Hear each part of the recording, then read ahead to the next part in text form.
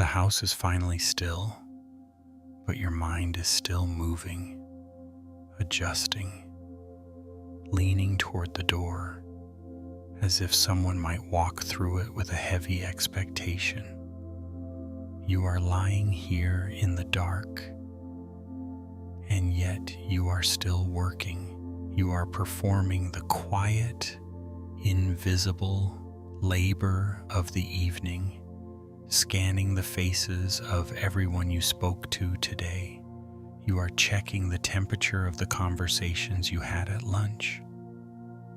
You are searching for that tiny, sharp note in a neighbor's voice, or the subtle way a friend pulled their hand back, or the slight hesitation in a colleague's thank you, as if you could somehow find the exact moment where a ripple started so you can go back and smooth it over. It is a specific kind of tiredness. It isn't the heaviness in your limbs from a day of physical movement, or even the mental fog that comes from solving difficult problems. It is a thinning of the self.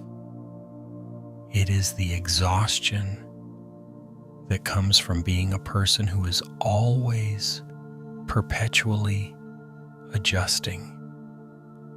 You have spent your hours acting as a soft surface for the world to land upon. You have been the cushion for every sharp mood, the bridge over every small conflict, the person who says, "No problem," even when the weight is pressing hard against your ribs. You are tired from the constant, silent surveillance of everyone else's comfort. You have become an expert at reading the air in a room before you even step into it. You know how to tilt your posture to make a stranger feel welcome. You know how to swallow a disagreement before it can even form a shape in your throat, simply because the cost of the friction feels too high to pay.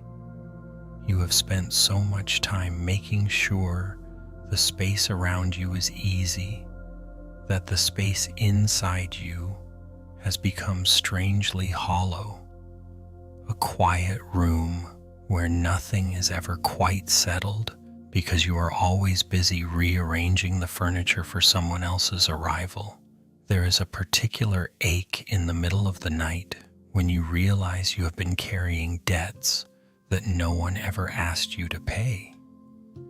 You are carrying the responsibility for the moods of people who are not even in the room. You are carrying the imaginary weight of their potential disappointment, a heavy invisible cargo that you tend to with such meticulous care that you have forgotten what it feels from the inside. You find yourself replaying the day, not to find mistakes to fix, but to find ways you could have been even more agreeable, even more helpful, even more invisible, so that the peace of the group remains undisturbed. And yet, in the silence of this room, that very effort feels like a great, dragging weight. It feels like being spread too thin, like a piece of silk stretched across too many sharp corners, waiting for the first snag to tear the fabric. You look inward and find that you have become so good at being what is needed that you are no longer quite sure what remains when no one is asking anything of you. When the requests stop, when the eyes turn away, when the room is empty and the lamps are dimmed, who is the person left sitting in the dark? Tonight, I am not here to tell you to change.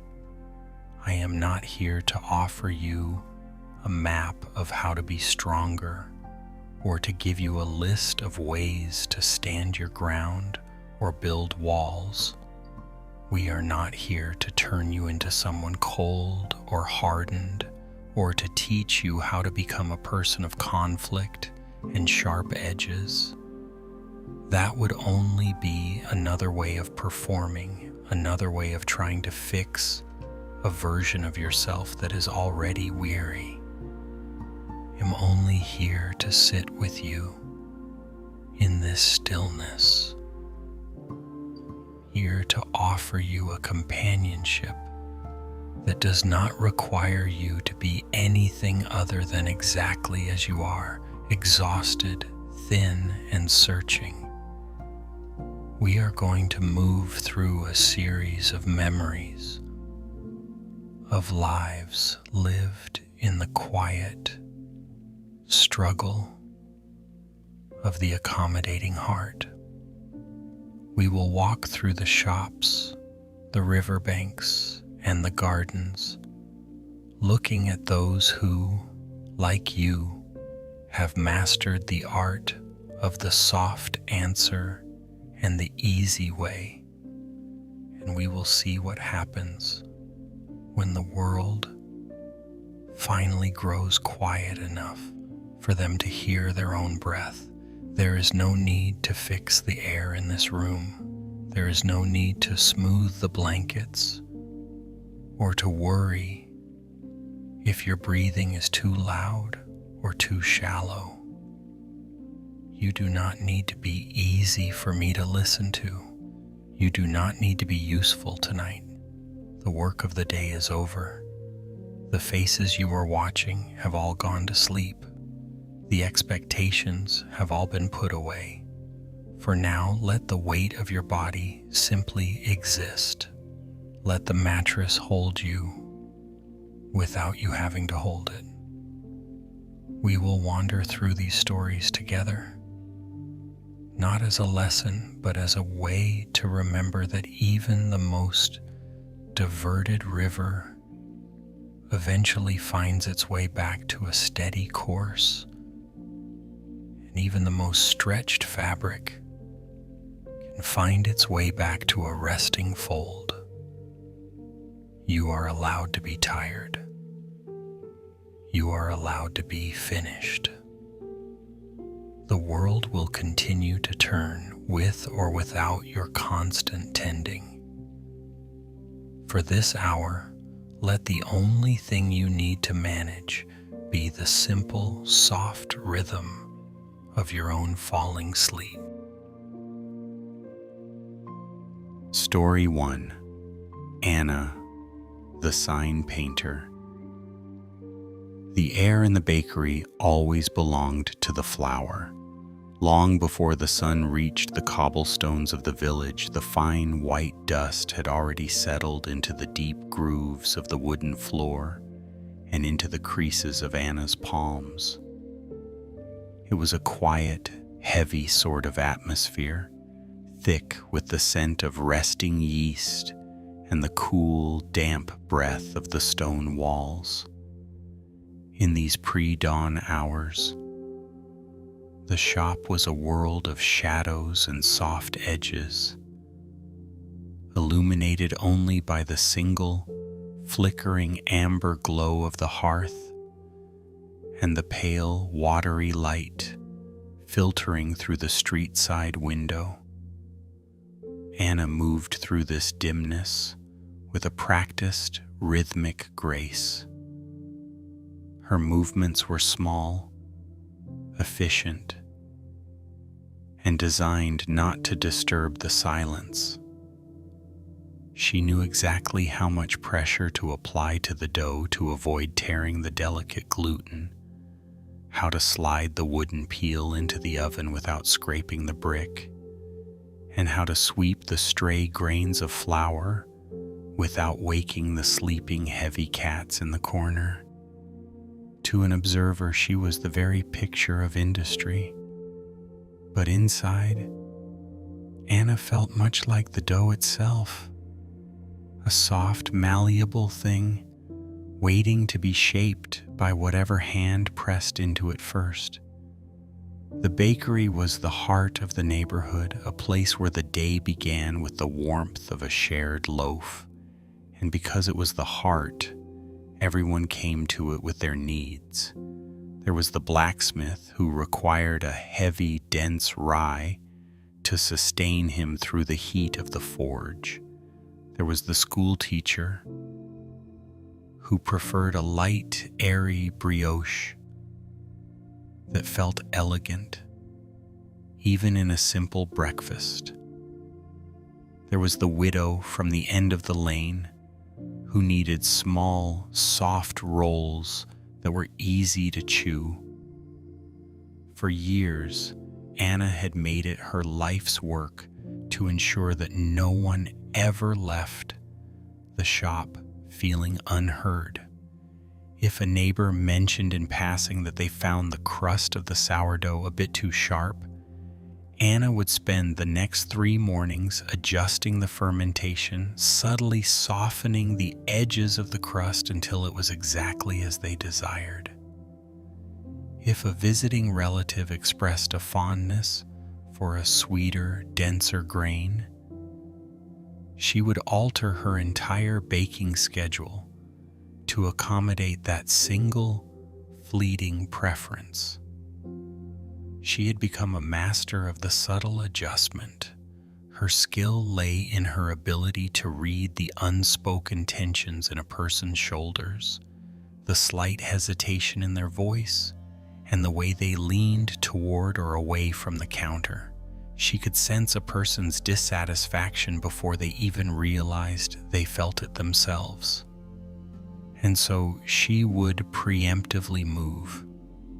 She would change a recipe, shift a bake time, or alter a texture, all to ensure that the moment of transaction, the handoff of the warm bread, was seamless and free of any friction. As she worked that morning, kneading a large batch of wheat dough, she felt the familiar dull ache in her wrists. It was not just the physical labor of the kneading, it was a deeper, more hollow fatigue. It was the exhaustion of a person who had spent so much time being the vessel for everyone else's tastes that she could no longer feel the weight of her own. She looked down at the mound of dough beneath her hands. It was pale and smooth, a blank slate. She thought about how many times she had shaped something like this to satisfy a whim. There was a particular satisfaction in being useful, in being the person who could provide exactly what was needed.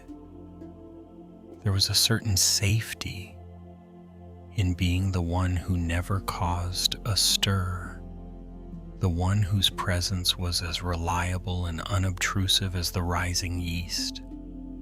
To be useful was to be necessary. To be necessary was to be safe from the discomfort of disapproval. But lately the safety had begun to feel like a cage.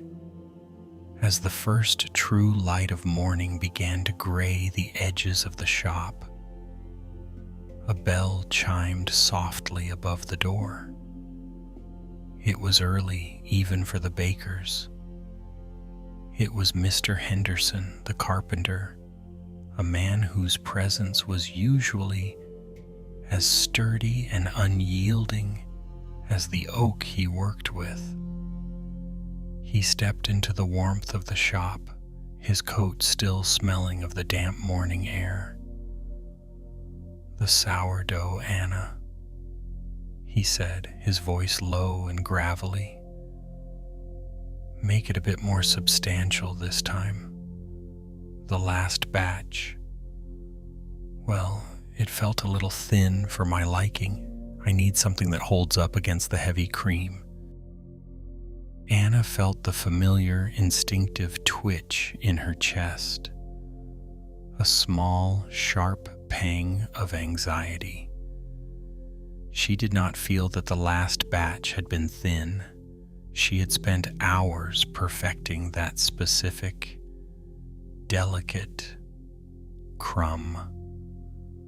But the fear of the small disappointment in his eyes, the tiny microscopic shadow of a dissatisfied look, was more uncomfortable than the prospect of extra labor. "Of course, Mr. Henderson," she said, her voice smooth and even the way it always was. "I will adjust the hydration. I'll make sure the next batch is much heartier for you." She watched him nod, satisfied, and leave. She stood there for a moment, her hands still buried in the floury mass, feeling the weight of his expectation settle onto her shoulders like a heavy, damp cloth. She began to mentally recalculate the recipe, calculating the flour to water ratio, imagining the denser, heavier crumb she would have to manufacture to please him. As the morning progressed, the shop began to fill. The rhythm of the day took over, the clinking of coins, the rustle of paper bags, the low murmur of greetings. Each person brought a new requirement, a new subtle preference, a new tiny demand that Anna absorbed into her very being. She was a sponge, soaking up the moods and the cravings of the village, smoothing over every potential bump in the social fabric of the morning. By the time the sun was high enough to turn the flour dust in the air into dancing motes of light, Anna was breathless. Her back ached and her mind felt cluttered, crowded with 1,000 different recipes, all competing for space. She looked at the trays of bread cooling on the racks. There were the heavy ryes, the light brioches, the soft rolls, the substantial sourdoughs. She looked at the variety of loaves and felt a sudden, jarring sense of vertigo. The sight of so many different shapes and textures, all created to satisfy different people, felt overwhelming. She searched her mind for a single loaf that she had made simply because she liked the way the crust crackled, or because she loved the way a certain grain smelled when it hit the heat. She searched for a piece of work that was an expression of her own hunger, her own preference, her own quiet inner joy. But there was nothing. There was only a long, unbroken line of concessions. She picked up a small piece of leftover crust, a scrap from a broken loaf, and tasted it. It was good, but it was impersonal. It was the taste of a successful compromise. It was the taste of being easy to be around. She looked toward the window, where the street was beginning to stir with the movement of the village. People were walking by, their faces set in the determination of their daily tasks. She realized then, with a quiet, terrifying clarity, that if she continued to change her shape to fit every hand that reached for her, there would eventually be nothing left of her to hold. She was becoming a ghost in her own kitchen, a shadow made of flour and water, disappearing into the very bread she baked. She looked back at the dough on the table, the heavy, silent mass. For the first time in a long time, she did not reach for the scraper to smooth it. She simply let her hands rest on top of it, feeling the cool, damp resistance, and allowed herself to sit in the silence of her own unmet need. Story 2. Daniel, the Ferryman. The mist does not simply sit upon the river. It breathes. In the early hours, before the sun has even considered breaking the tree line, the world is nothing but a gray, soft weight. It presses against the wooden planks of the ferry, dampening the grain, making the heavy hemp ropes slick and unpredictable under a hand. For Daniel, this is the hour of the first passenger. The river is a living thing, a wide, muscular presence that pulls at the banks and humates the silt. To cross it safely, one must listen to the way the water curls around the submerged stones. One must feel the subtle change in the current's tug against the long wooden pole. But for much of the morning, Daniel finds he is not listening to the river. He is listening to the voices that step onto his boat and the subtle, sharp shifts in their breathing. The first to arrive is often a merchant, a man with heavy crates of dried fruit, and a voice that carries the impatient rhythm of the city. He does not look at the fog or the swirling eddies near the pier. He looks only at his pocket watch. When he steps onto the ferry, the boat dips, and the merchant sighs. A small, pointed sound, a tiny puncture in the morning silence. Daniel feels it instantly, a phantom weight pressing against his own chest. "The crossing will be slow today, sir," Daniel says, his voice low, already preemptively apologizing for the weather, for the mist, for the very existence of the river. "The currents are strong," the merchant mutters, tapping his cane against the damp wood. "I had hoped for a swifter passage. I have a meeting by noon." Daniel does not reply with the truth of the river. He does not say that the fog hides the sandbars or that the current is uncharacteristically heavy this morning. Instead, he begins to adjust. He leans his weight differently against the pole. He tries to steer toward the shallower, calmer bend, even though he knows that path is longer and requires more grueling, back-breaking effort to navigate through the reeds. He chooses the path that promises the merchant a smoother ride, a more certain feeling of progress, even as the extra distance drains the strength from his shoulders. He steers toward a false sense of ease, trying to outrun the man's silent disapproval. Next comes the traveler, a young woman carrying a small woven basket. She is quiet, but her hesitation is loud to Daniel. She stands near the edge, eyes darting toward the murky water, her fingers twisting the hem of her cloak. To her, the mist is a shroud. To Daniel, the responsibility for her fear is a debt he feels he must pay. He cannot simply cross the river. He must ferry her peace of mind. He slows the pace until the ferry nearly drifts. He finds himself rowing in a way that feels unnatural, a rhythmic, exaggerated steadiness, trying to signal a safety that the river itself is not providing.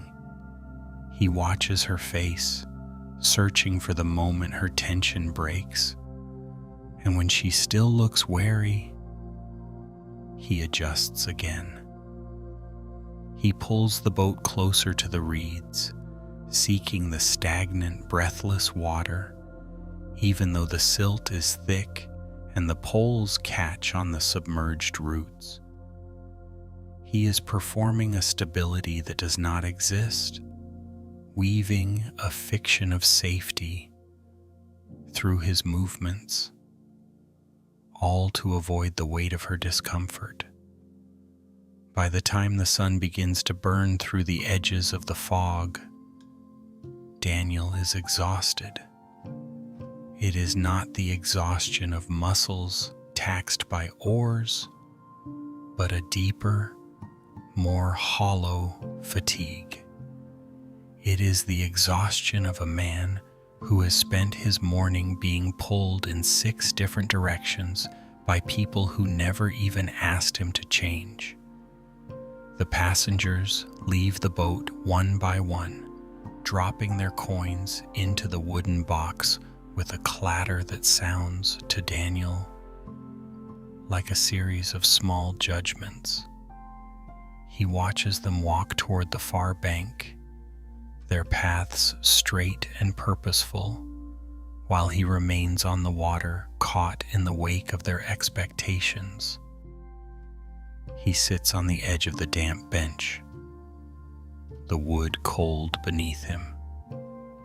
His hands, calloused and stained by the river's mud, tremble slightly as he cleans the pole. He thinks of the route he took.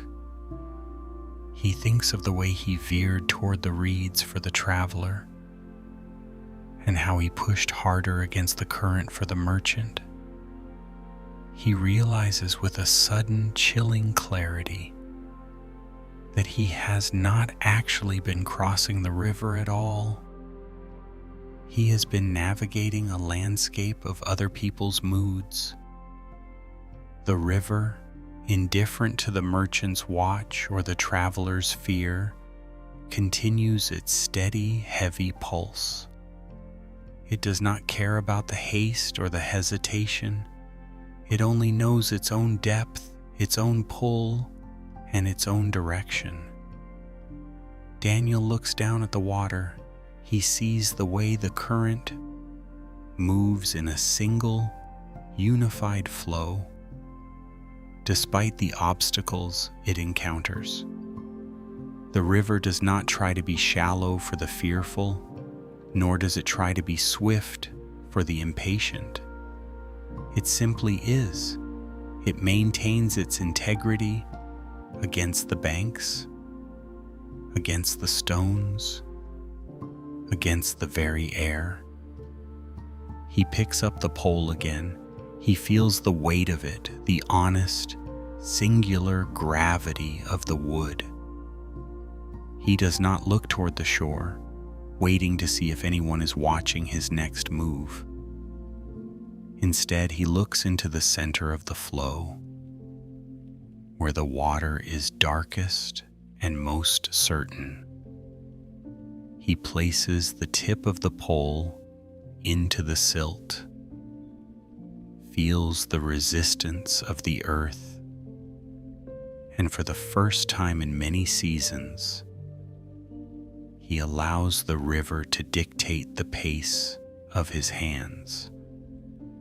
He stops trying to mend the air between himself and the passengers and begins quite simply to move with the weight of the water. Story 3. Ruth, the temple seamstress. The temple storeroom always smelled of 2 things: dried cedar and the faint, sharp scent of lamp oil. A small, windowless space, tucked beneath the eaves of the main hall, where the light from a single, low-burning wick struggled against the heavy shadows of folded fabrics. Here, the world was reduced to the weight of cloth and the rhythm of the needle. Ruth sat on a low wooden stool, her back pressed against a stack of saffron-colored robes. The evening was settling into the stone floors of the monastery, a deep, creeping coolness that made the edges of the room feel so blurred. In this dimness, the work of a seamstress felt less like labor and more like a quiet, repetitive prayer. On her lap lay a heavy monastic robe, a deep, earthy ochre. It was worn at the hem, the threads fraying where the fabric had brushed against the dust of many paths. Ruth held the cloth with a practiced, gentle grip. Her fingers were calloused, not from hardness, but from years of smoothing out wrinkles, of pulling tension tight, of making sure every seam was as invisible as possible. She lived her life in the seams. For months, since the day the earth had been pressed into her mother's grave, Ruth had become a master of the invisible repair. Her grief was a heavy, jagged thing, like a shard of broken pottery hidden at the bottom of a silk pouch. It was sharp and difficult to carry. But Ruth knew that if she let that grief show, if she let the salt of her tears or the tremor in her breath reach the surface, she would become a burden. She would become a weight that others had to navigate around. And Ruth had spent her entire life making sure no one ever had to navigate around her. As she worked, the needle dipped in and out of the ochre fabric. Push, pull, push, pull. Each movement was small, careful, and polite. She took great care to ensure that her stitches were neat, so that the monks passing through the storeroom would never notice the repair. She wanted her presence to be like the air in the hall, necessary but unnoticed. The monastery was a place of many sorrows, and as the seamstress, Ruth was the silent keeper of their remnants.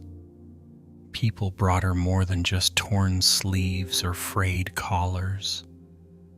They brought the hushed, heavy fragments of their lives. An elder monk would come, his voice a mere whisper, complaining of a sudden chill, and Ruth would nod, her eyes cast down toward the cloth, offering a soft, sympathetic smile that required nothing of him. A younger novice might arrive, eyes bright with the anxiety of a failed lesson, and Ruth would listen, her hands moving rhythmically, absorbing his restless energy into the steady pace of her sewing. She was an expert at absorbing. She would take the tension of a room, the sharp edge of an argument overheard in the courtyard, or the mourning of a stranger, and she would tuck it into her work. She would smooth it out, just as she smoothed the silk. She would press it flat, just as she pressed the linen. But tonight, the silence of the storeroom felt different.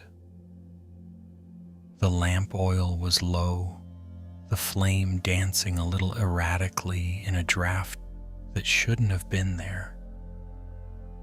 The shadows of the folded robes seemed to lengthen, stretching across the floor like reaching hands.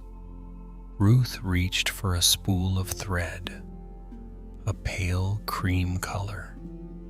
As she pulled a length through the needle, her mind wandered unbidden to the small, empty room her mother had left behind. She remembered the way her mother used to hum while mending, a low, wordless sound that filled the gaps in the afternoon heat. Her mother had been a woman of loud laughter and clear boundaries. She had been a mountain that stayed put. Ruth, however, had become a mist. She had learned to flow around every obstacle, to fill every void, to ensure that every person she encountered felt only the comfort of her compliance. She looked down at the robe in her lap. In the dim light, she noticed a small dark spot near the collar. It was an old stain, perhaps tea, or perhaps something more Somewed. She felt a sudden irrational urge to scrub it away, to make the robe perfect, to make herself perfect. If the cloth were spotless, would the weight in her chest finally lighten? She began to work on the stain, her stitches becoming tighter, more frequent. Her breathing grew shallow. The needle moved with a frantic, microscopic energy. She was thinking of the way she had apologized to the kitchen servant this morning for a delay that wasn't her fault. She was thinking of the way she had swallowed a sharp word of frustration when a monk had bumped her shoulder in the hallway, replacing the anger with a practiced, easy smile.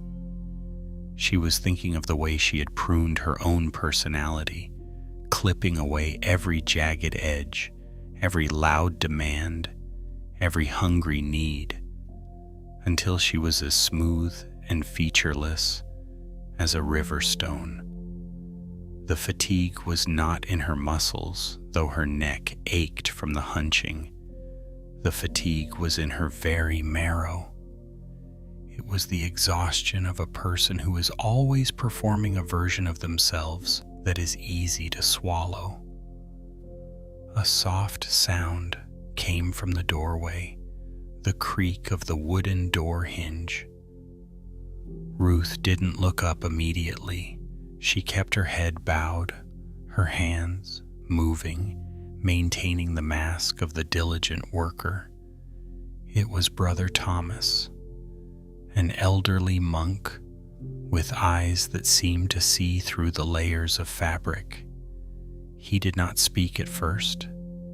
He simply stood in the doorway, a silhouette against the dim light of the corridor.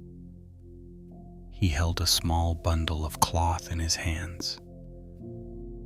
"The night is deep, Ruth," he said. His voice was not loud, but it had a resonance that seemed to vibrate the very air in the small room. "It is, brother," she replied, her voice small and carefully modulated. "I am nearly finished with the ochre robe." He stepped into the room, the light of the lamp catching the gray in his beard. He placed the bundle on the table near her. "There is a tear in this sleeve. It is not deep, but it is stubborn." As Ruth reached for the bundle, her fingers brushed his. She felt the urge to apologize for being so focused on her own work, to say something to make him feel that his interruption was a pleasure rather than a disruption. The words were already forming in her throat, the familiar, automatic, "I am sorry," that she used to lubricate every social interaction. But Thomas did not move away. He stayed, watching her. He watched the way she handled the cloth, the way her eyes darted toward the door, the way she held her shoulders in a permanent defensive tuck. "You work as if you are trying to disappear into the fabric," he said quietly. Ruth felt a sudden sharp prick of the needle through her thumb, A tiny bright bead of red bloomed on the cream-colored thread. She gasped a small, reflexive sound and immediately began to rub the wound, her face flushing with the shame of having made a mistake, of having been momentarily undone. "I am sorry," she whispered, the words spilling out like water from a broken vessel. "I didn't mean to be so clumsy. I will clean it. I will." "The thread is broken, Ruth," Thomas interrupted, his tone gentle but firm. He pointed to the blood-stained stitch. "You can try to hide it with more thread, but the tension is already uneven. The cloth will pull. The tear will find its way back to the surface." He leaned forward, the light of the lamp illuminating the deep lines of his face. "A robe that has been mended too many times, with too much hidden tension, eventually fails at the seam. It does not fail because the cloth is weak. It fails because the repair was made to please the eye, not to honor the fabric." Ruth looked down at her thumb, then at the small red stain on the ochre robe. The silence in the storeroom grew heavy, but it was no longer the silence of avoidance. It was a silence of presence. She looked at the pile of robes around her, the saffron, the brown, the deep crimson. They were all vessels for stories, for lives, for burdens. And she realized, with a sudden, terrifying clarity, that she had been treating her own life as a piece of scrap cloth, something to be trimmed, smoothed, and tucked away so as not to disturb the arrangement. She did not apologize this time. She did not try to fill the silence with an easy, meaningless pleasantry.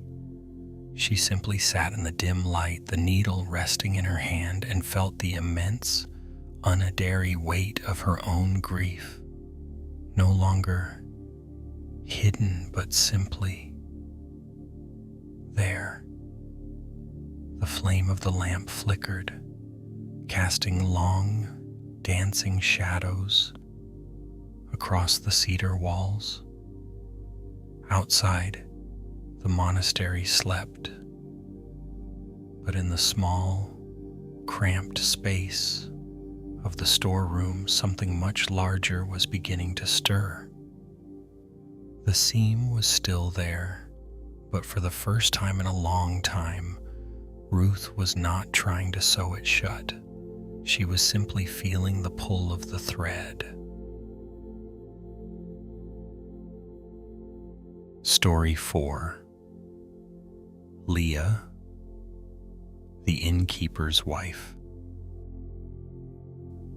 The evening at the Willow Creek Inn always arrived with a particular kind of weight, a heavy, settling humidity that made the wooden floorboards groan under the tread of departing travelers. For Leah, the end of the day was not a time of rest, but a period of frantic, quiet smoothing. As the hearth fire crackled, sending thin ribbons of blue smoke up toward the blackened rafters, Leah moved between the long trestle tables, her feet aching with a dull, rhythmic throb that seemed to pulse in time with the flickering tallow candles. The inn was a place of many moving parts, a junction for weary merchants, loud laborers, and wandering poets, all bringing their own storms of temperament into her common room. Leah had learned, over many years, how to become the quiet space between these storms. She had become a person of soft edges and downward glances, a woman whose very presence was designed to absorb the friction of others. Tonight, a large group of travelers had occupied the central bench, their voices rising in a boisterenda, clashing harmony of laughter and complaint. A young man, perhaps too far from home, accidentally bumped a heavy ceramic bowl, sending a splash of lukewarm lentil soup across the scarred oak table. The liquid pooled near a stack of clean linens, dark and steaming. Before the traveler could even mutter a word of regret, Leah was there. She was already moving, a cloth in hand, her body leaning forward in a practiced apologetic arc. "I am so sorry," she said, her voice a low, gentle hum, directed not just at the spill, but at the air itself. "The table is a bit uneven tonight. The floor settles with the evening damp. Please let me fix this for you. I am sorry for the mess." The traveler blinked, surprised by the intensity of her concern for a mere drop of soup. "It is no trouble, mistress," he said, but Leah was already scrubbing, her mind already scanning the room for the next potential tremor. She moved to the corner where an elderly woman sat alone, staring gloomily into the embers of the hearth. The woman's brow was furrowed, her silence heavy and demanding, a cloud of dissatisfaction that seemed to darken the corner of the room. Leah felt the familiar, reflexive urge to bridge that gap, to offer a word or a small gesture to lift the weight of the woman's mood. She felt a strange, internal tightness, a desperate need to ensure that no guest felt the burden of their own unhappiness. "The wind is picking up outside," Leah whispered as she passed with a fresh pitcher of water, her tone laced with a preemptive apology. "I am sorry if the drafts are making the room chilly. I shall see if I can stoke the fire more warmly." She was apologizing for the weather. She was apologizing for the wind, for the dampness of the stones, for the very way the shadows fell across the floor. It was a habit as natural to her as breathing, a way to preempt any flicker of anger or any moment of discomfort in another. If she could just smooth the surface of the evening, if she could ensure every guest felt entirely accommodated, perhaps the tension in her own chest would finally dissolve. As the night deepened, the room grew emptier, but the labor of her mind only intensified. She moved among the remaining benches, tidying the stray crumbs, straightening the heavy pewter mugs, and wiping away the invisible residues of the day's chaos. Every time a chair scraped harshly against the floor, she winced, as if the sound were a personal failure of her hospitality. When a candle sputtered and went out, leaving a guest in sudden dimness, she hurried to replace it, her heart racing with the fear that the darkness might be interpreted as neglect. Her feet, swollen and numb, felt as though they were made of lead. Yet she could not stop. She felt like a cushion placed beneath a heavy weight, a soft layer designed to prevent the hard edges of the world from bruising those who pass through her doors. She had spent so long being the buffer, the absorbent cloth, the steadying hand, that she had forgotten how to simply exist within the room. She was always performing the role of the seamless, effortless provider, a woman who was never a source of inconvenience. In the quietest hour, after the last traveler had climbed the stairs to their rooms and the heavy oak door had been bolted for the night, Leah sat down at the very end of the long, empty table. The hearth was nothing more than a bed of glowing orange eyes, and the only sound was the rhythmic drip of water from a leak in the eaves, hitting a tin bucket with a slow, metallic cadence. She sat in the dimness, her hands resting heavily on the cold wood.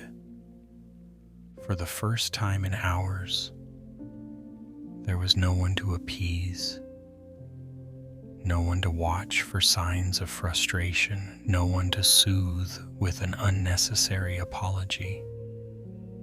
But the silence was not a relief. It was an empty vessel. Without the task of smoothing the room, she felt a strange, hollow ache, a sense of being unmoored. She looked at her hands, red and chapped from the soap and the warmth of the kitchen, and realized she could not remember the last time she had sat in a room without wondering how her presence affected the comfort of someone else. She watched a single, small ripple move across the surface of a puddle of spilled water near the hearth. It was a tiny, insignificant movement, caused by nothing more than a settling drop from the ceiling. It disturbed the reflection of the dying fire, breaking the image into shimmering, broken fragments. In that moment, a thought, unbidden and quiet, drifted through her mind. She watched the ripple expand, move across the dark puddle, and then slowly dissipate. The water did not fight the movement. It did not try to hold its shape against the disturbance. It simply allowed the ripple to pass, and as the movement faded, the surface became still once more, though it was not the same stillness as before. The surface was different, more seasoned, having survived the movement. Leah looked around her inn. The heavy beams, the worn benches, the scarred tables, they were all marked by years of use, by spills, by scrapes, by the heavy boots of travelers. The room was not perfect. It was uneven, it was damp, it was occasionally loud and unpredictable. And yet the inn stood. The wood did not break because of the weight of the guests. It merely settled into its own strength. She took a deep, slow breath, the first breath of the night that did not feel like an apology. She realized that by trying to prevent every ripple, she had been trying to hold the world in a state of frozen, unnatural stillness. She had been exhausting herself to maintain a surface that was never truly stable. The flame in the hearth flickered, a small, bright spark dancing in the ash. It was a small, unstable thing, subject to every draft and every breath of air, yet it provided light nonetheless. It did not need to be a steady, unchanging sun to be useful.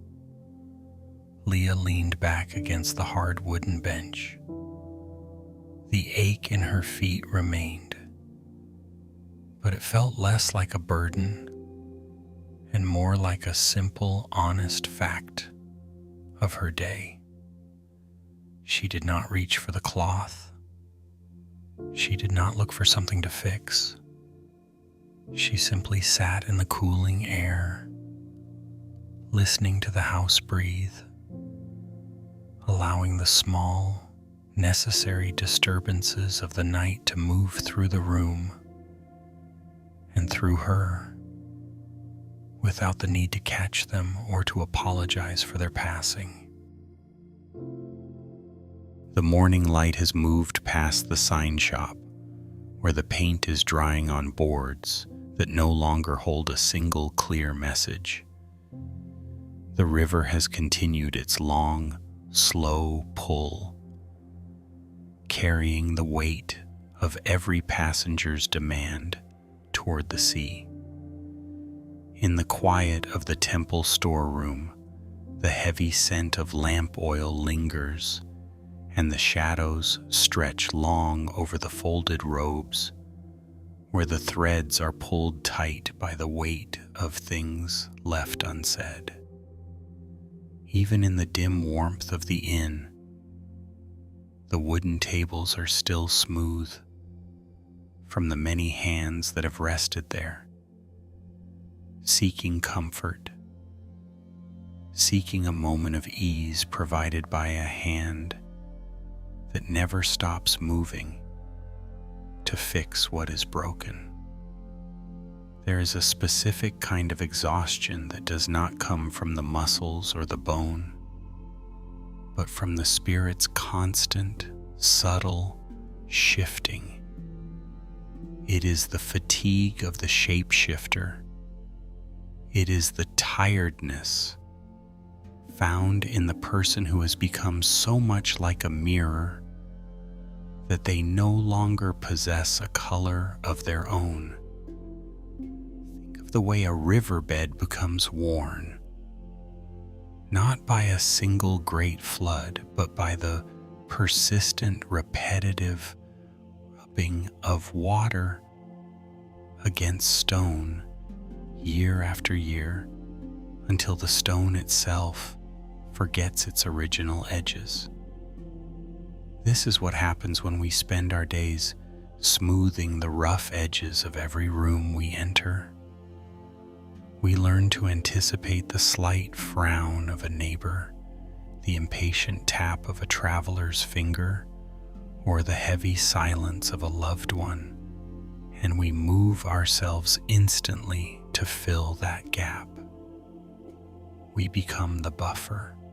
We become the cushion.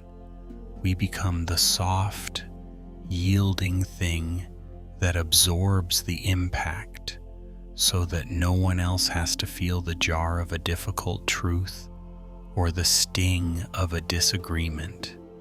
It is a quiet, invisible labor. There is no great fanfare for the person who stays late to ensure the tea is warm, or the person who swallows a sharp word to keep the peace at the dinner table, or the person who redesigns their very soul to match the expectations of the person standing in front of them. This labor is often rewarded with smiles, with nods, with a sense of being useful and well-liked. But the cost is a slow, steady thinning of the self. We become like a piece of cloth that has been stretched too many times to mend too many tears.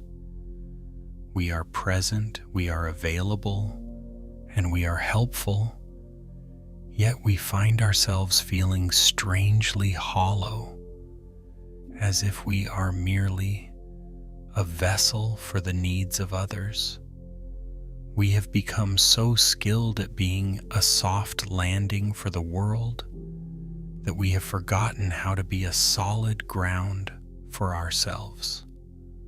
We have built a life of being easy to approach, easy to lean on, and easy to please. But in doing so, we have created a space within us that is always open, always hollow, and always waiting for the next person to tell us who we should be. When the day ends and the noise of the world fades, this is when the heaviness settles. It is the weight of all those abandoned pieces of ourselves, left scattered like scraps of silk on a workshop floor. It is the ache of realizing that while we have been busy tending to the comfort of everyone else, we have left no room inside our own hearts to simply sit unmoving without having to please, without having to perform, and without having to be anything other than what we are. We have become the bridge that everyone walks across, but we have no place to rest our own feet. Story 5. Jonah, the festival musician. The sun hung low and heavy over the orchard, a bruised gold that bled into the long shadows of the apple trees. It was that particular hour of the late afternoon when the heat of the day begins to settle into the earth, turning the dry grass into a crisp, fragrant carpet underfoot. Elias moved through the rows, the wooden rungs of the ladder pressing into his thighs, his breath rhythmic and steady, though his mind was never truly still. In the center of the orchard, the trees were laden with fruit. Some were deep, polished crimson, while others bore the pale, yellowish tint of a late season. But as Elias reached upward, his fingers brushing against a particularly heavy branch, he saw the marks of the day's labor. There were small, dark indentations on the skin of the fruit, bruises from where they had been handled too quickly, or perhaps dropped too hard in a rush to finish. Since his father's illness had settled into the quiet, permanent shadows of the farmhouse, the orchard had become a place of constant, unasked-for movement. The farmhouse, once a place of singular purpose, had become a crossroads. The weight of the estate, the care of the trees, and the maintenance of the heavy wooden gates now rested on Elias's shoulders. But it was not just the physical work that tired him. It was the way the work had expanded to meet every hand that reached out to him. A rustle in the dry grass announced his sister Clara before she even came into view. She appeared from behind a wide, ancient pear tree, carrying a basket that was already half full of small green plums. "Elias," she said, her voice soft but carrying that particular edge of expectation. "I was wondering if you might be able to look at the south fence. The post is leaning again, and I thought, since you're already out here..." Elias felt the familiar, sudden tightening in his chest, a small, invisible knot that tightened whenever a request was fronted as a gentle thought. He looked at the ladder, then at the heavy apples waiting to be picked, then back to his sister. "The south fence," he repeated, his voice even. I can take a look after I finish this row." "Oh, thank you," Clara said, a bright, relieved smile breaking across her face. "It would be such a help. I don't want the deer getting in before the frost." She moved on, leaving the scent of crushed grass and plum skin in her wake.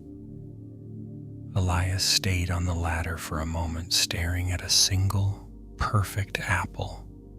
He found himself wondering if he would ever finish this row, or if the day would simply dissolve into a series of small, urgent repairs for everyone else.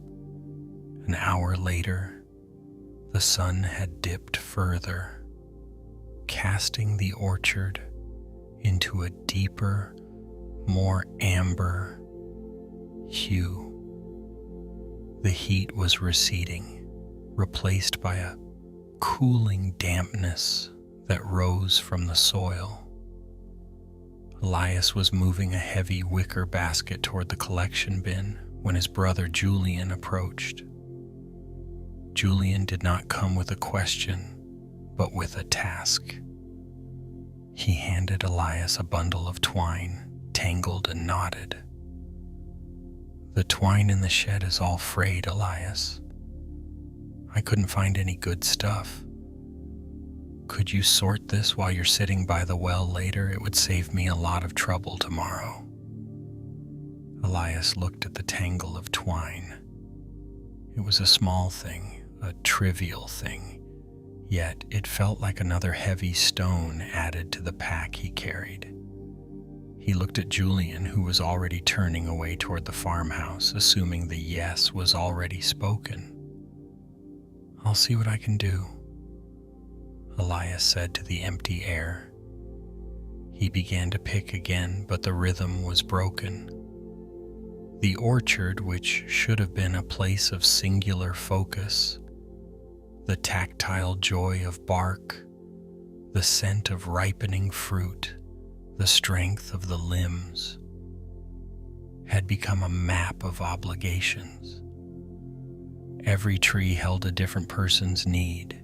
The old apple tree by the well was Clara's fence. The heavy pear tree was Julian's twine. The orchard gate was the village blacksmith's request for a hinge repair. The orchard path was the neighbor's request to move a fallen log.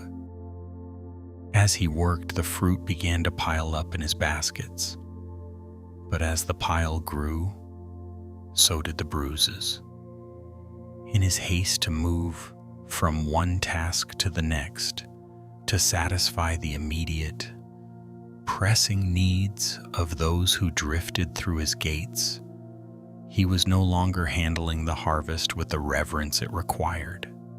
He saw a cluster of apples in his basket, all beautiful from a distance, but upon closer inspection, each one bore the thumbprint of a hurried hand. They were soft, yielding, and beginning to ferment in the heat. The resentment did not arrive as a roar. It did not come as anger or a sudden outburst of defiance. Instead, it grew like the slow, invisible rot in the center of a fallen fruit. It was a quiet, heavy ache that sat beneath the praise he received. When the villagers called him the reliable one, or when his siblings marveled at his unfailing strength, the words felt like weights. They were accolades that demanded more of the same. Every compliment was a tether, pulling him tighter into the role of the one who could and would and must. He sat on a low stone wall near the edge of the orchard as the stars began to prick through the darkening blue. The air was cooling rapidly now, and the shadows of the trees stretched long and distorted across the grass. He looked at his hands. They were stained with juice, and dusted with the fine, dry earth of the orchard. They were the hands of a man who was constantly tending to things, yet his own hands felt strangely hollow, as if they were merely tools being passed from one person to another. He thought of the orchard as it used to be before the illness, when the work was simply the work. There was a dignity in the labor then, a clear boundary between the tree and the harvester. Now the boundary had blurred. The orchard was no longer a place of production, it had become a place of mediation. He was the buffer between the needs of the village and the needs of his family, a soft layer of earth absorbing every footfall, every heavy tread, every careless step. A sudden movement in the shadows caught his eye. A small deer had emerged from the tree line, moving silently through the tall, dry grass. It stopped near a fallen branch, its large, dark eyes reflecting the pale moonlight. It did not look toward the farmhouse. It did not look toward the village. It simply existed in the stillness of the orchard, unburdened on the weight of any expectation.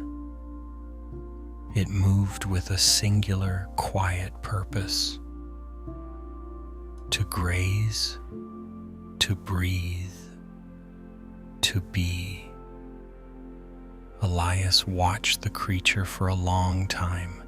He felt the immense, crushing fatigue of a man who had spent his life becoming easy to approach, only to find that he had become a place where no one ever truly rested.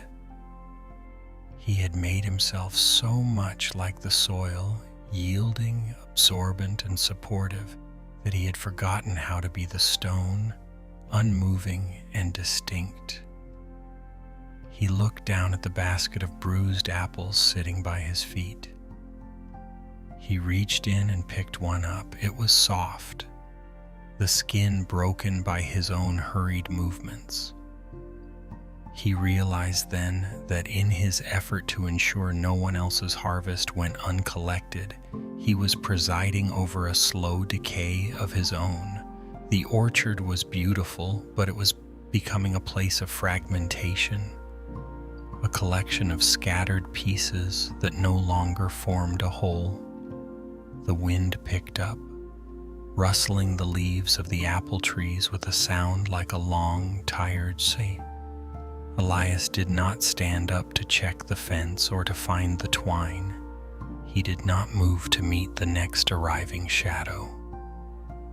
For the first time in many months, he simply sat in the cooling dark, letting the weight of the day stay exactly where it was, leaving himself to find his own breath in the silence of the trees.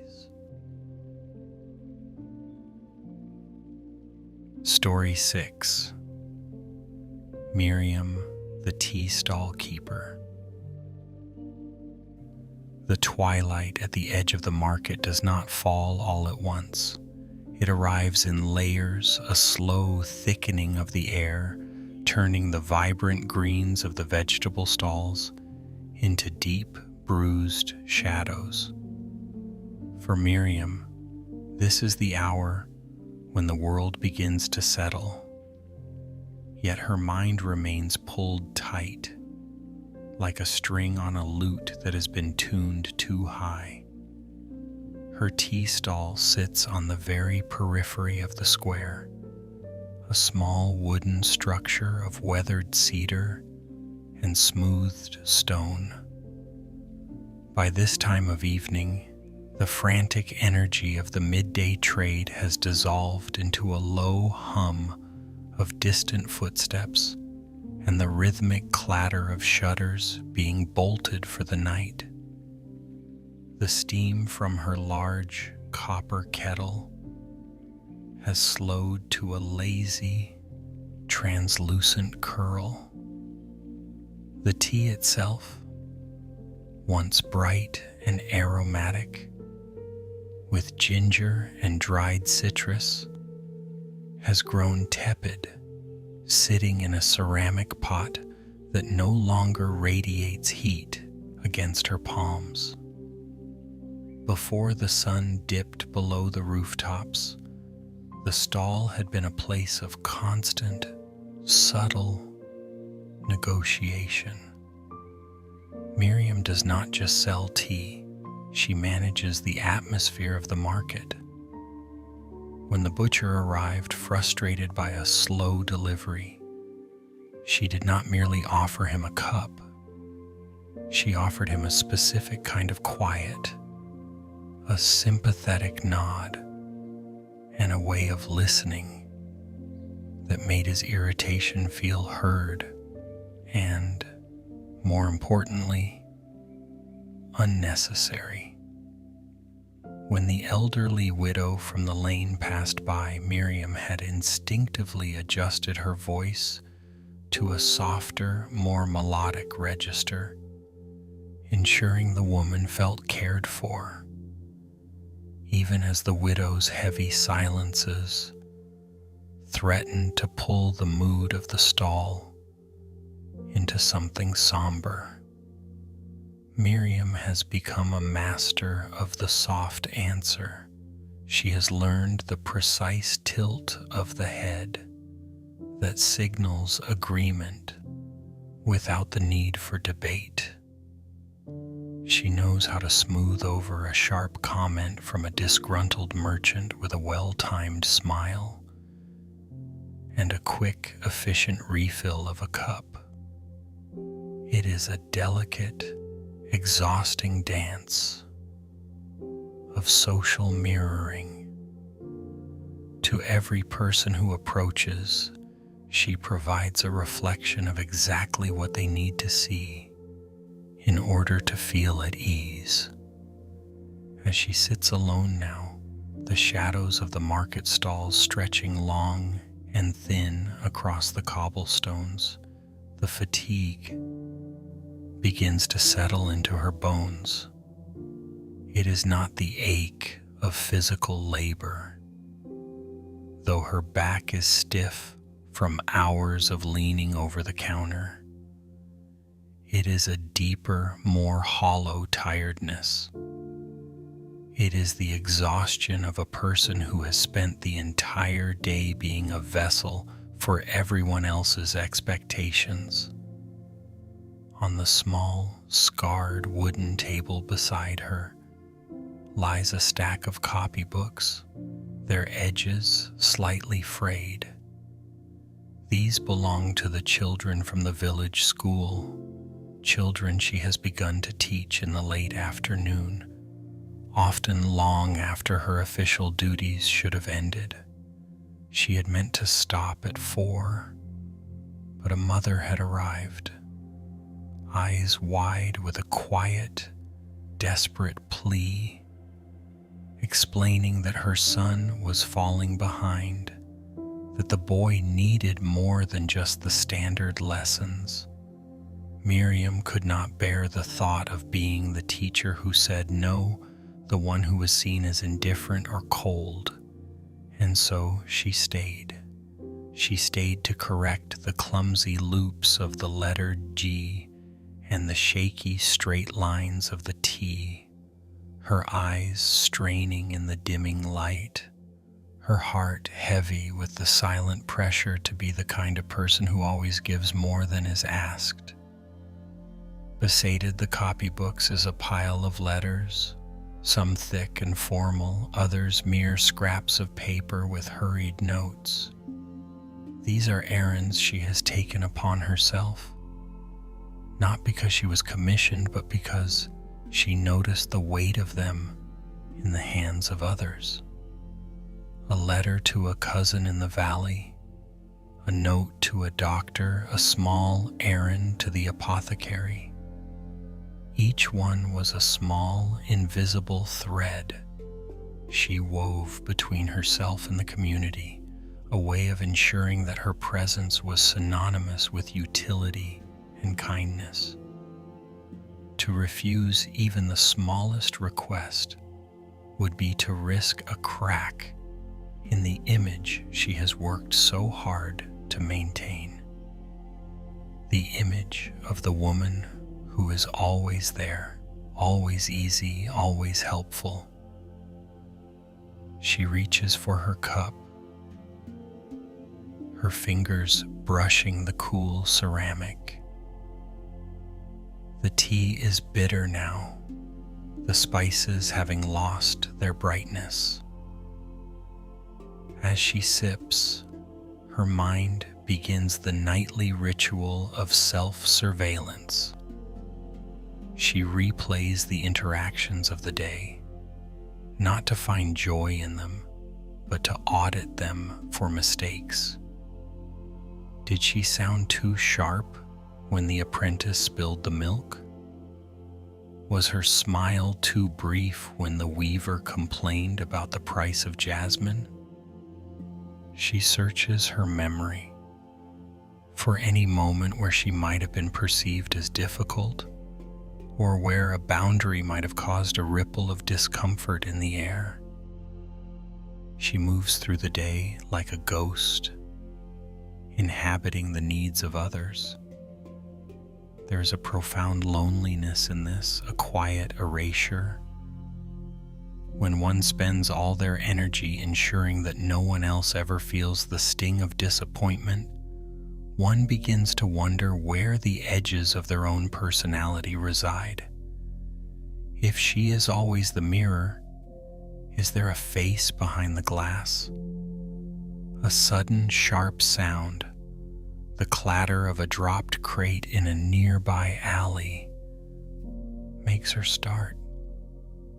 Her heart flutters, a brief, panicked instinct to check if someone is upset, if someone needs her to intervene or apologize for the noise.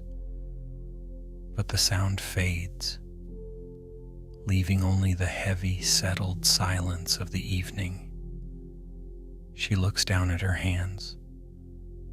They are steady, but they feel strangely disconnected from her, as if they belong to a person performing a role. She thinks of the tea cooling in the pot and the way the steam has vanished. She realizes that she has been pouring herself into every cup that passed her stall, trying to ensure that no one ever left her corner feeling unrefreshed or unacknowledged. But in doing so, she has neglected her own heat. The market is nearly dark now. The lanterns in the far square are being lit, tiny amber sparks against the encroaching gloom. Miriam slowly begins to gather the items from her table. She stacks the copybooks with a careful, rhythmic precision. She folds the small scraps of paper. She wipes down the wooden surface of the stall, her movements slow and deliberate. There is no sudden epiphany, no dramatic realization of strength.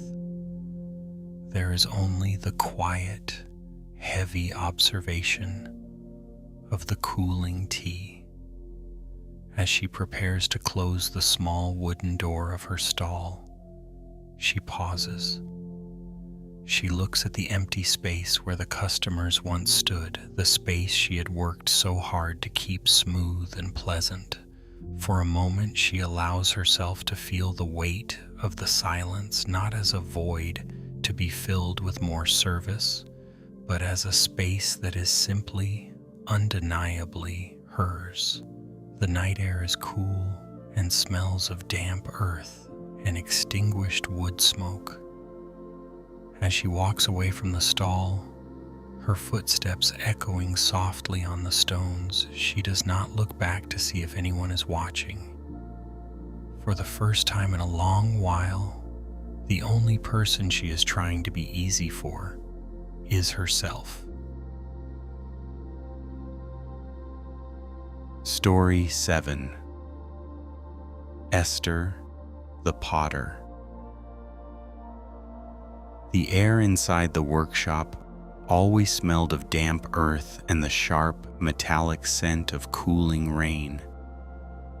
Outside, a heavy summer downpour had just finished passing over the valley, leaving the stones of the garden slick and dark, and the roof of the pottery shed humming with the last few rhythmic drips. Inside, the world was reduced to the warmth of the kiln and the gray-brown stillness of the clay. Esther sat by the wooden workbench, her fingers tracing the rim of a bowl that had been sitting in the drying shade for 3 days. Her hands were thick-jointed and stained with the fine, pale dust of dried slip. The skin of her palms mapped with the tiny, hardened ridges of a lifetime spent working the wheel. She liked the weight of the clay before it was fired, the way it felt heavy and honest, pulling at her muscles with a predictable, grounded gravity. On the wide, low shelves that lined the walls, rows of finished work stood in silent, disciplined ranks. There were tea bowls, wide soup basins, and small, delicate cups, all glazed in the same muted, obedient tones. Cream, soft sand, and a pale, washed-out celadon. To a passing stranger, the collection looked harmonious. It looked effortless. But to Esther, looking at the shelves was like looking at a crowded room of people she had spent her whole day trying to please.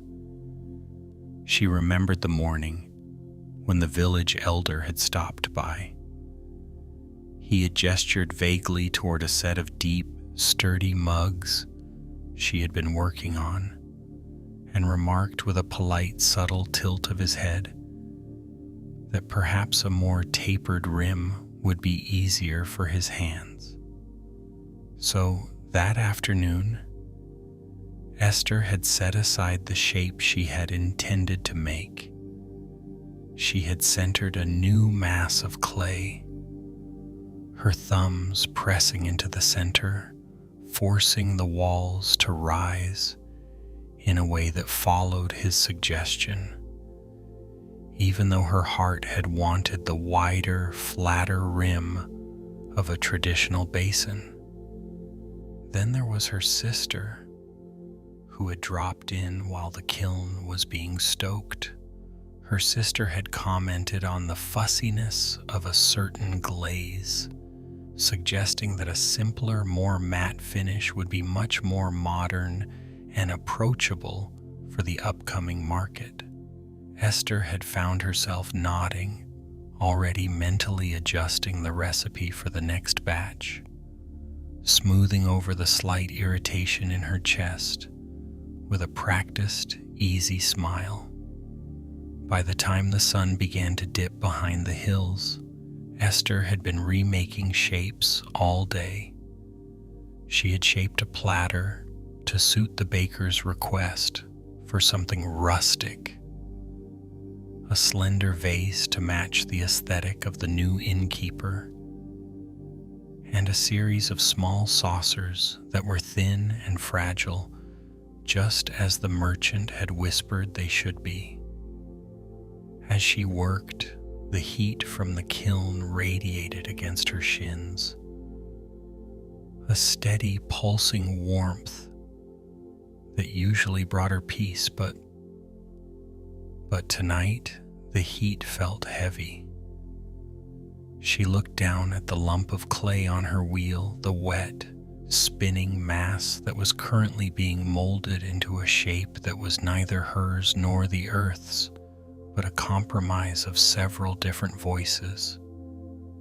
She felt a strange, hollow fatigue settling in her marrow. It was the exhaustion of a person who had become a mirror. When people looked at her work, they saw their own preferences reflected back. They saw their own tastes validated. But when Esther looked at the finished shelves, she felt as though she were looking at a landscape where all the landmarks had been erased.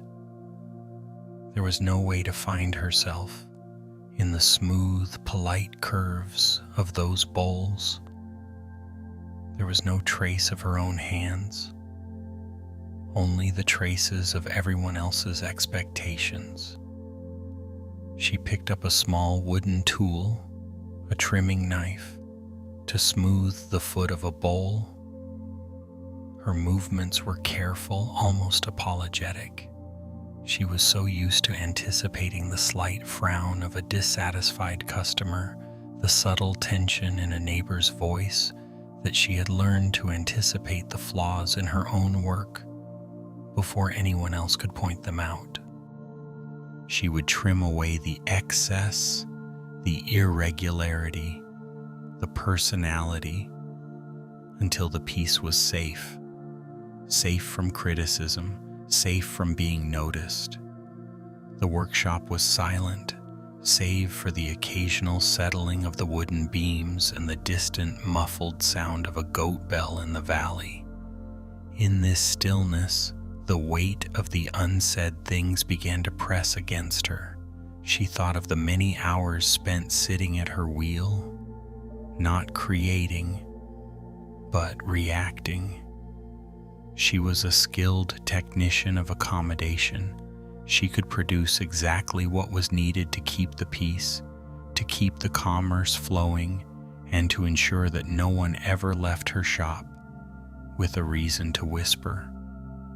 She looked at a small, discarded scrap of clay on the edge of the bench. It was a broken piece from an earlier attempt, a shard that had dried too quickly and cracked.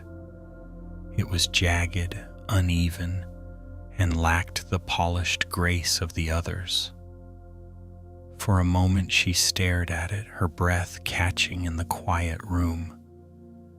She thought about the way a single unyielding stone can redirect the flow of a stream, and how a forest that only grows straight and thin is often the most fragile. Slowly, with a trembling breath, Esther reached for a fresh mound of clay. This time she did not think of the elder's hands or her sister's critique or the merchant's whims. She did not think of the market or the polished shelves. She began to wedge the clay. The rhythmic thud of the mass against the wooden table echoing in the empty shop. She worked the air bubbles out, feeling the strength of the material, the stubborn, cool density of it. When she sat at the wheel, she did not reach for the tools of refinement. She did not prepare to smooth or taper or adjust. Instead, she let her thumbs sink deep into the center of the spinning mass. She allowed the clay to rise with a certain wildness, letting the walls thicken where they felt heavy and thin where they felt light. She let the rim be uneven, caught in a moment of movement, a slight wobble that refused to be corrected. It was a small thing, a single bowl tucked away on a corner of the back shelf, hidden from the direct light of the doorway. It was a bowl that bore the marks of her own pulse, the textured imprint of her skin, and a shape that was unapologetically, stubbornly hers. As she wiped the excess slip from her hands, the warmth of the kiln no longer felt like a weight. It felt like a hearth. She looked at the rows of perfect bowls, and then at the one imperfect shape she had just virtualized. The exhaustion was still there, but it was different now. It was no longer the fatigue of disappearance. It was the quiet, heavy tiredness that follows a long, necessary labor. She stood up, her knees creaking, and began the slow process of cleaning her tools. The rain had stopped completely. The night was settling into the cracks of the earth, and for the first time in a long time, Esther did not wonder what the morning would ask of her. She simply felt the dampness of the clay on her skin and the steady, singular rhythm of her own breathing in the dark. Story 8. Samuel, the monastery gardener. The moon sat low and heavy over the monastery, a pale, luminous orb that turned the bamboo grove into a sea of silvered shadows. It was the hour when the world usually pulls its covers tight, when the breathing of the earth slows into a deep, rhythmic slumber. But for Samuel, the night was rarely a time of true stillness. Even now, with the heavy iron gate of the monastery grounds locked and the monks settled into their silent meditations, the habit of readiness lived in his bones. He walked the narrow path, his boots pressing softly into the damp, dark earth. The air smelled of crushed pine needles and the sharp, clean scent of wet stone. In his hand, he carried a bamboo rake, its tines worn smooth by decades of smoothing paths and leveling beds. His movements were precise, almost automatic. He was not walking to find rest. He and the garden were engaged in a quiet, unceasing dialogue of preparation. As he moved, his mind was already busy, tending to a garden of ghosts.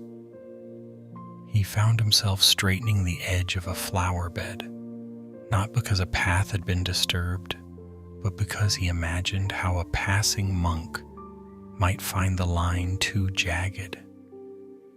He adjusted the weight of a fallen branch near the old gate, thinking of how a delivery man might trip if he were not careful.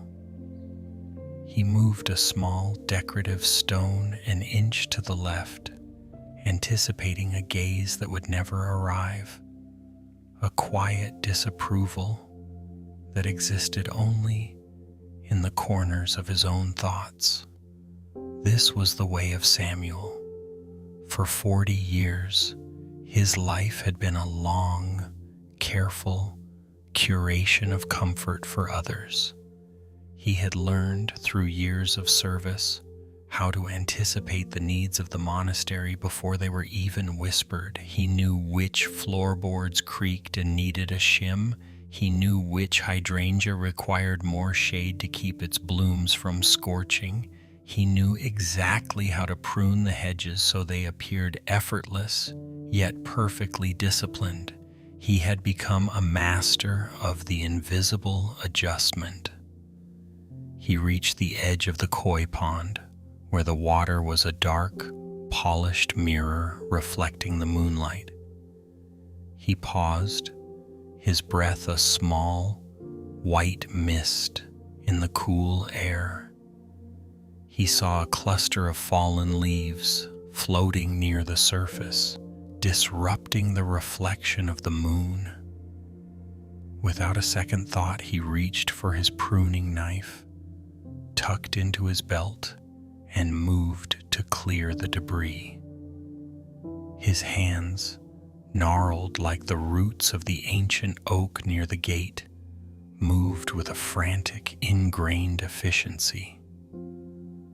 He was cleaning the surface so the pond would appear perfect, so anyone looking upon it would feel a sense of immediate, unblemished peace.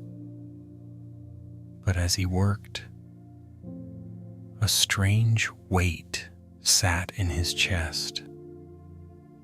It was a fatigue that sleep could not touch. It was the exhaustion of a man who is always standing at attention even when the room is empty. He was performing for an audience of shadows, arranging the world into a shape that demanded no friction, no questions, and no demands. He was so busy ensuring there was nothing to complain about that he had forgotten how to exist in a space that was simply uncomfortably unfinished. He leaned his rake against a stone lantern, the cold granite biting through his thin tunic. The silence of the monastery pressed in on him heavy and thick. In this deep lunar quiet, the sounds of his own effort became loud. The scrape of the rake, the heavy thud of his heart, the rhythmic click of his pruning knife against the stone. They felt like interruptions. He realized with a sudden jarring clarity that he was still trying to serve a master that had long since gone to sleep. He was still trying to smooth over the edges of a world that was perfectly fine with being uneven. He looked toward the old gate, where the shadows of the bamboo leaves danced like flickering calligraphy against the wood. For the first time in years, he did not move to straighten the shadow. He did not move to clear the path of the small, insignificant pebbles that had rolled onto the walkway during the night's dew. He simply stood. The damp earth beneath his feet felt immense. He felt the coolness of the air on his skin, not as something to be shielded against, but as a sensation to be inhabited. He noticed the way the dampness clung to the moss, the way the moonlight seemed to soak into the very texture of the tree bark. He was no longer looking for what was out of place. He was looking at what was simply there. The habit of obedience was a difficult thing to unlearn. His muscles twitched with the impulse to tidy, to fix, to preempt. But he stayed rooted. He watched a single drop of condensation slide down a bamboo leaf, falling into the dark soil below. He let the leaf remain tilted, let the path remain untended, let the garden be allowed its own wild, nocturnal drift. In that moment of unmoving, a profound permission began to bloom within him. It was not a permission to be lazy, nor a permission to neglect his duties. It even wasn't a permission to be different. It was simply the permission to be part of the landscape, rather than its architect. He realized that the garden did not need him to hold its peace for it. The garden possessed its own ancient, unshakable stillness. The trees, the stones, and the damp earth were already complete, even in their disarray. He He felt the tension in his shoulders, a tension he had carried like a heavy, invisible cloak, slowly begin to loosen. He was no longer the guardian of everyone else's comfort. He was just a man standing in the moonlight, breathing the same air as the silent trees. The weight he had been carrying, the imagined debts, the anticipated critiques, the endless, unasked-for preparations, did not vanish, but it seemed to lose its grip. It became like the fallen leaves on the pond, something to be observed, something that could drift and fade without him needing to intervene. He picked up his rake once more, but his grip was different now. It was not the grip of a man preparing for a task, but the grip of a man returning to a rhythm. He began to rake the path, not to make it perfect for a passing eye, but to feel the honest, grounding resistance of the earth against the wood. He let the path be what it was, a series of curves, bumps, and natural unevenness. As he walked back toward the monastery, the old gate creaked softly in the breeze. He did not rush to oil the hinge. He did not feel the need to apologize to the night for the sound.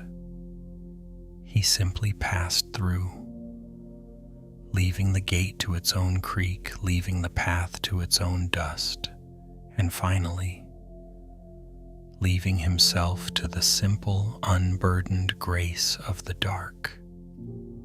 He walked into the silence, and for the first time in a lifetime, the silence was not something he had to maintain, but something he could finally, deeply inhabit. The lanterns of the festival have burned down to low orange embers, leaving only the scent of spent wick and cooling ash in the air. The music that Jonah played, that melody so carefully bent to please every ear, has finally settled into a quiet resonance, like the memory of a bell after the strike has passed. The song is gone, and in the silence that follows, there is only the breathing of the night. The tea in Miriam's stall has grown cold, the steam no longer rising to meet the twilight. The cups are stacked in neat, weary rows, and the voices that she so carefully mirrored have drifted away into the shadows of the market, leaving her alone with the weight of her own unsaid words. The market is still, and the stillness is heavy, not with emptiness, and not with the fear of being forgotten, but with the simple, profound arrival of the end of the day. The kiln which held the heat of Esther's constant reshaping is cooling now. The stones are turning from a glowing red to a dull, dusty gray. The bowls, some perfect and some strangely shaped, sit in the quiet dimness, no longer needing to be anything other than what the fire has made them. The heat is receding, leaving behind a settled, solid earth. Even the moonlit garden, where Samuel once moved with such careful, anticipatory grace, has entered its own season of rest. The bamboo rake lies still against the damp soil. The paths are no longer being cleared for anyone's arrival. The trees do not wait for a hand to prune them. and the stones do not arrange themselves to be more pleasing to the eye. They simply are. They carry their own shadows, their own dampness, and their own slow, unhurried growth. It is a heavy thing, this habit of carrying the weather of others.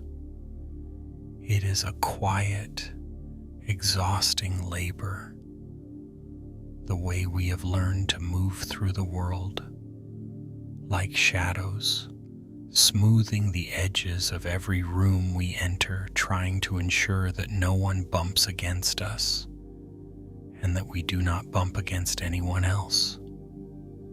We have become the cushions for every sharp corner, the buffers for every sudden storm.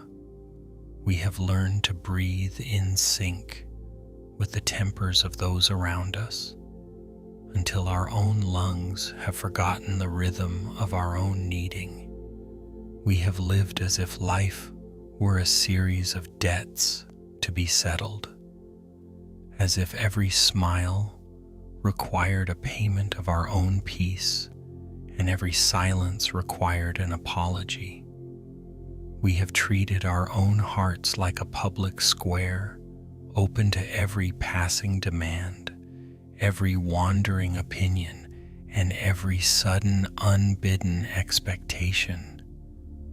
But look at the garden in the moonlight. Look at the cooling kiln. Look at the empty tea stall. There is a different kind of strength in the way the world settles. It is not the strength of a wall or a shield or a hard, unyielding stone. It is the strength of the earth itself, which does not ask permission to be heavy or dark or wet. The earth does not try to be beautiful for the traveler. It simply provides the path. It carries the rain without resentment, and it holds the weight of the mountain without a single word of complaint. There is a profound release in realizing that the weather of another person is their own. Their storms, their clouds, their sudden droughts, and their bright, searing suns. These are their elements to navigate. We do not have to become the umbrella that prevents the rain, nor do we have to become the sun that dries the mud. We can simply be the ground beneath the feet, steady and present, allowing the sky to do what the sky must do. To let each life carry its own weather is not to turn away in coldness. It is to recognize that true kindness does not require us to disappear. When we stop trying to manage the atmosphere of every conversation, when we stop editing our very souls to ensure we are easy to hold, we find that we are finally able to be truly present. We can listen without the frantic need to fix, and we can speak without the trembling fear of being too much. The world is vast enough to hold both our softness and our boundaries. The night is deep enough to hold both our fatigue and our rest. As the festival lights fade and the garden settles into its long, moonlit sleep, we can begin to let go of the many, many versions of ourselves we have been performing for the sake of others. We can begin to find the one version that remains when no one is watching, no one is asking, and no one is judging. We can begin quite simply to come home. The room around you has grown still. The air has settled, heavy and soft, like the dust in the sunlight of a quiet library. The world outside your window has retreated into its own rhythm, leaving only the slow, steady breathing of the night. There is no one left to meet. There are no eyes watching for a smile, no ears waiting for an apology, and no hands reaching out to pull at your sleeve. The long day of adjusting has ended. Think back, just for a moment, to the images we have walked through tonight. The pale dawn in Anna's shop, where the paint was drying on boards that had lost their original shape. The mist on the river where Daniel guided his boat, trying to navigate the currents of everyone's expectations. The quiet, heavy weight of Ruth's needle, and the way Leah smoothed the edges of a crowded inn, acting as a cushion for every passing storm. The notes of Jonah's music, the steam rising from Miriam's tea, the shaping of Esther's clay, and the silent, watchful care of Samuel in his moonlit garden. All of these lives were bound by the same invisible thread, the tireless, beautiful, and exhausting work of being easy to love, the work of making sure no one was disappointed, no one was inconvenienced, and no one felt the sharp edge of a difficult truth. But as you lie here, you can feel the weight of that thread beginning to loosen. The duty of managing the world's moods is a heavy tray to carry, and you have been carrying it for a very long time. You have been walking through the corridors of your memory, checking every face, wondering if you left a door closed too tightly or a word unsaid too sharply. You have been scanning the landscape of your relationships, looking for signs of friction, prepared to move, to bend, to soften, to fix. Tonight, you are permitted to set the tray down. You can hear the soft click of it meeting the table. There is no need to pick it up again before morning.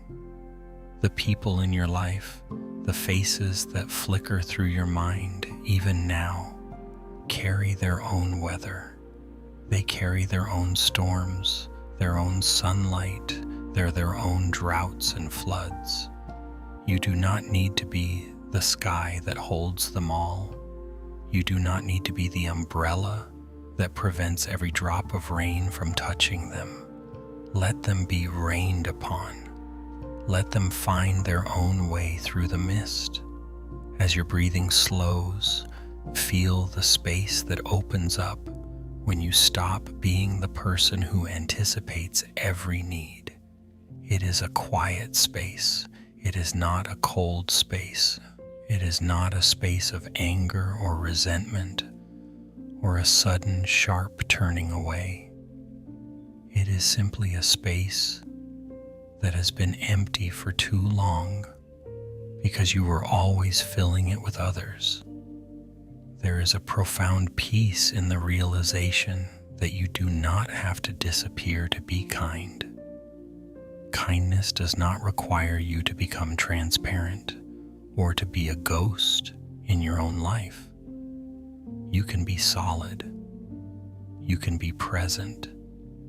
You can be a person with your own edges, your own preferences, and your own quiet inner landscape that belongs to no one else. The heart does not become cruel when it finally returns to itself. It does not become hard like the stone in the river. It becomes clear like the water In the deep pool, it becomes a place where you can finally reside without the constant need to rearrange the furniture to suit a guest.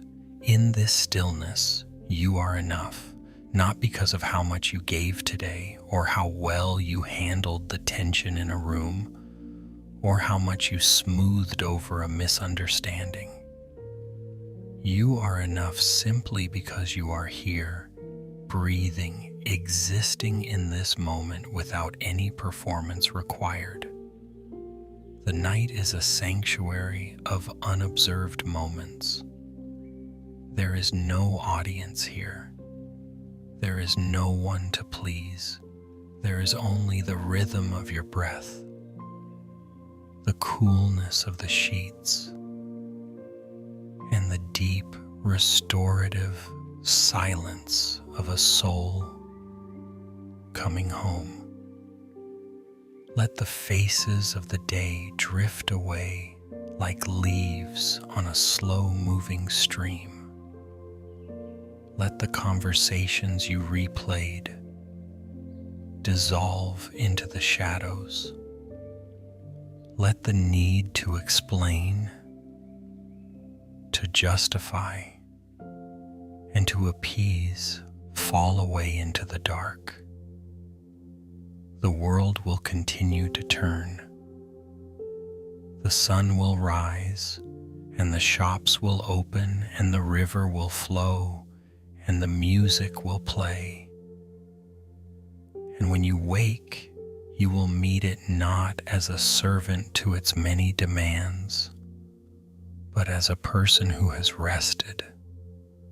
You will meet it with a heart that is settled, a heart that is whole, and a heart that knows how to hold its own center, for now there is only the breath in and out, deep, heavy, and free.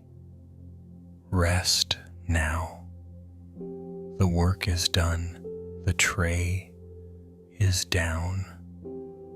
You are home. Good night.